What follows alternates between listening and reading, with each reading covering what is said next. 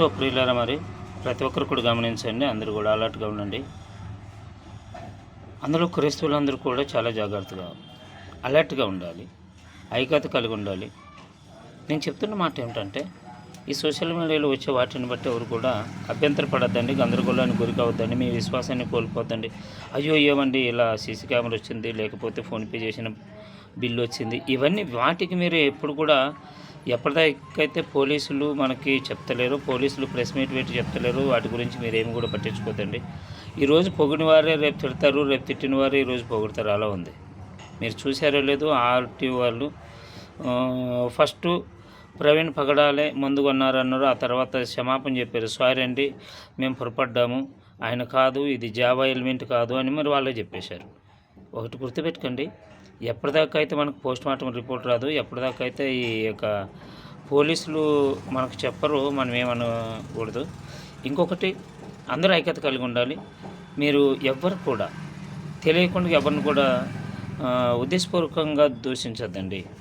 ప్రభుత్వం మీద నమ్మకం పెడదామండి, పోలీసుల మీద నమ్మకం పెడదామండి. పోస్ట్మార్టం రిపోర్ట్ వచ్చిన తర్వాత పెద్దలు ఏం చేయాలో రిపోర్ట్ను బట్టి, ఒకవేళ గుర్తుపెట్టుకోండి, ఒకవేళ మర్డర్ అని వచ్చిందనుకోండి, హత్య అని వచ్చిందనుకోండి, ఎవరైనా సరే, క్రైస్తవుడైనా, ముస్లిం అయినా, హిందూ అయినా, ఇతర వాళ్ళైనా, ఎవరైనా సరే, ఎవరైతే ఆ హత్యకు పాల్పడ్డారో వాళ్ళు మాత్రమే మనం దూషించాలి, వాళ్ళకు మాత్రమే కౌంటర్ ఇవ్వాలి, మనం వాళ్ళ గురించి మాత్రమే మాట్లాడాలి. ఒక వ్యక్తి చేశాడు కానీ ఒక సమాజాన్ని, ఒక కులాన్ని, ఒక వర్గాన్ని మనం ఎప్పుడు కూడా దూషించకూడదు. ఎవరైనా సరే, మన క్రైస్తవుల వారైనా లేకపోతే హిందువులైనా, ఎందుకంటే అందరూ అలానే ఉండలేరు, అందులో మంచివారు కూడా ఉన్నారు. అందుకనే మనం అందరం దృష్టిలో పెట్టుకోవాలి. ఎవరికి కూడా మనకు మనమే వ్యతిరేకత పెంచుకోకూడదు, ఇది గుర్తుపెట్టుకోవాలి. ఎందుకంటే మనకు అందరూ సహోదరులు ఉన్నారు, బంధువులు ఉన్నారు, స్నేహితులు ఉన్నారు, అన్ని విషయాల్లో మనకి అక్కడ ముస్లింలు కానీ తెలిసిన వాళ్ళు ఉంటారు, హిందువులు కూడా ఉంటారు. కానీ ఎవరైతే దీనికి పాల్పడ్డారో వాళ్ళు మాత్రమే, ఎవరైతే దీని గురించి మాట్లాడతారో వాళ్ళు మాత్రమే, ఎవరైనా వ్యతిరేకత మాట్లాడతారో వాళ్ళ గురించి మాత్రమే మీరు మాట్లాడాలి. ఎందుకంటే లేనిపోనివి మనం మాట్లాడి లేనిపోని విషయాల్లో ఎవరు కూడా పడద్దండి. ఎందుకంటే చూద్దామండి, ఎన్ని దినాలు పెడతారు, వాళ్ళన్నీ ఇన్వెస్టిగేషన్ నడుస్తుంది కదా, వాళ్ళకు కూడా టైం ఇస్తామండి. ఆ టైం అయిపోయిన తర్వాత వాళ్ళు ఏం చెప్తారో వాళ్ళు చెప్పిన దాన్ని బట్టి పెద్దలు ముందుకి కొనసాగుతారు. అందుకనే ఎవరు కూడా విశ్వాసాన్ని కోల్పోవద్దండి. ప్రత్యేకంగా అందరూ కూడా ఐక్యత చాటించండి, ఐక్యత కలిగి ఉండండి. ప్రత్యేకంగా సేవకులందరి గురించి కూడా ప్రార్థన చేయండి. ఇంకా ప్రత్యేకంగా మళ్ళా ప్రవీణ నా యొక్క కుటుంబము, వాళ్ళ యొక్క పనులు, వాళ్ళ యొక్క సేవ, వాటి గురించి మీరు ప్రార్థన చేయండి. ఎందుకంటే వాళ్ళు ఎంతో బాధలు ఉన్నప్పుడు ఒక మంచి పేరు ఉన్నటువంటి పాస్టరు, ఒక మంచి డిబేటరు, ఒక మంచి వక్త, ఇలా ఎన్నో విధాలుగా అన్నిట్లో నెంబర్ 1 స్థానంలో ఉన్న ఆయన్ని మందు తాగుతున్నాడని కూడా నెంబర్ 1 స్థానంలో చెప్పారు. మీరు బాగా గమనించండి, పిల్లోడు కూడా చెప్తాడు, అన్న పొద్దున 11 గంటలకు హైదరాబాద్లో బయలుదేరాడు అన్నారు. రాత్రి 11:42 యాక్సిడెంట్ అయింది. ఆయనకి ఎక్కడ నీళ్ళు తాగాలనిపించలేదా? పోనీ నీళ్ళు తాగేటప్పుడు మాస్క్ తీయడా? లేక అన్నం తినాలనిపించలేదా? ఏ హోటల్లో తిన్నాడు? 12 గంటల పాటు ఆయన నీళ్ళు తాగకుండా, మాస్క్ తీయకుండా, హెల్మెట్ తీయకుండా ఉన్నాడా? ఎక్కడో చోటు ఉంటుంది కదా. ఇంతకు మొదలు 2 చోట్ల యాక్సిడెంట్ అయిందా అన్నారు. యాక్సిడెంట్ అయినప్పుడు మంది ఎవరు కూడా ఫోటో తీయలేదా? ఆయన అసలు హెల్మెటే తీయలేదా? హెల్మెట్ ఏమన్నా ఫేకల్తో కనిపించినారా? జాగ్రత్త, అన్నీ కూడా మనకు ఆటోమేటిక్గా అర్థమైపోతుంది, ఏది నిజమో ఏది అబద్ధమని. గుర్తుపెట్టుకోండి, దేవుని మీద నమ్మకం పెట్టుకోండి. 3 గంటలు రెస్ట్ తీసుకున్నారన్నారు. 3 గంటల సేపు రెస్ట్ తీసుకున్నప్పుడు హెల్మెట్ తీయకుండా ఉంటాడా? ఎవ్వరు కూడా అలా చేయరు. అది సాధ్యమే కాదు, అసాధ్యం. అది మనిషికి ఎండకి ఊపిరి ఆడుకుంటాడు. హెల్మెట్, మాస్క్ ఉంటే మనిషికి ఎంత చంద్రబంధనం అవుతుందో తెలుసా? మీరు ఇన్ని తెలిసి కూడా మీరు ఎందుకు పొరపడతారు క్రైస్తవులు? చిన్న పిల్లగాడిని అడిగినా చెప్తాడు. ఈ చిన్న లాజిక్ ఎట్లా మర్చిపోతారు మీరు? ముందు దాగింది మాత్రమే సీసీ ఫుటేజ్ ఉంటుందా, లేకపోతే వేరేది ఉంటుందా? అది ఎలా జరిగింది, ఎలా మార్చేశారు, లేకపోతే ఎవరున్నారు ఆ గాడి మీద, సీసీ కెమెరాలు ఎవరున్నారు, అన్ని నిజాలు అంశకారి తేలుస్తారు. అందుకని ఈ సోషల్ మీడియాలో వార్తలను నమ్మొద్దండి. ఏం చేస్తారంటే వీళ్ళు వాళ్ళ యొక్క రికార్డ్ పెంచుకోవడానికి లేక వాళ్ళ యొక్క ఫాలోవర్స్ పెంచుకోవడానికి ఏదో ఒకటి వేసేస్తారు. వాళ్ళే హత్య అంటారు, వాళ్ళే లేకపోతే యాక్సిడెంట్ అంటారు, ఏది కావాలంటే వాళ్ళు. ఎందుకంటే వాళ్ళకి కావాలి, వాళ్ళ యొక్క ఛానల్ని చూడాలి మంచి. ఇప్పుడు వాళ్ళ యొక్క టీవీ ఛానల్ చూడకపోతే వాళ్ళకి రేటింగ్ ఎట్లా వస్తుంది చెప్పండి.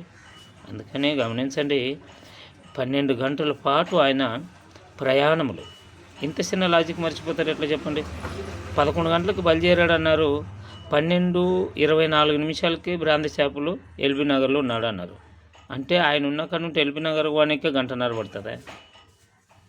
అందుకని ప్రతి ఒక్కరు కూడా ఎవరు కూడా మీ విశ్వాసాన్ని కోల్పోద్దండి.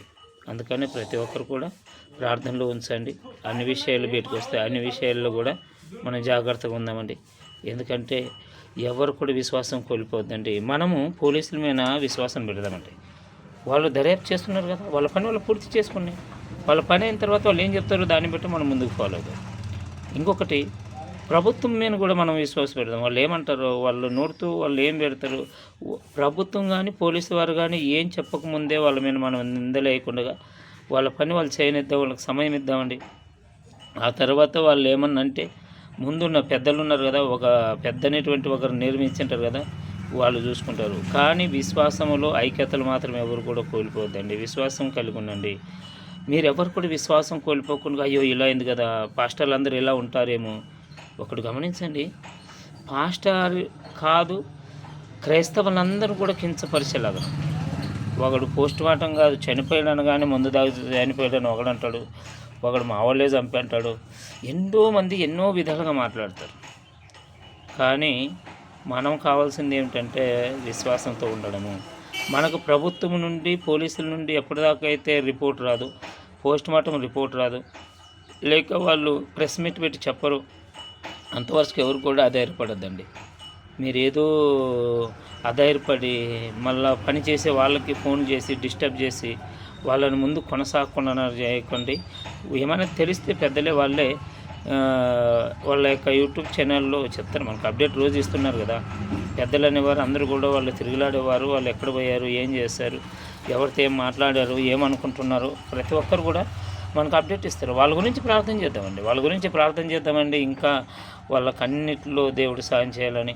అందులో ఎవరు కూడా విశ్వాసం కోల్పోద్దండి. ఆయన తాగేతంత సీఫ్ మెంటాలిటీ కాదు. ఆయనకి డబ్బులు లేవా సీఫ్ లిక్కర్ తాగడానికి? కావాలనుకుంటే ఇంట్లో తాగలేడా? మంచి మంచి బ్రాండ్ తాగొచ్చు.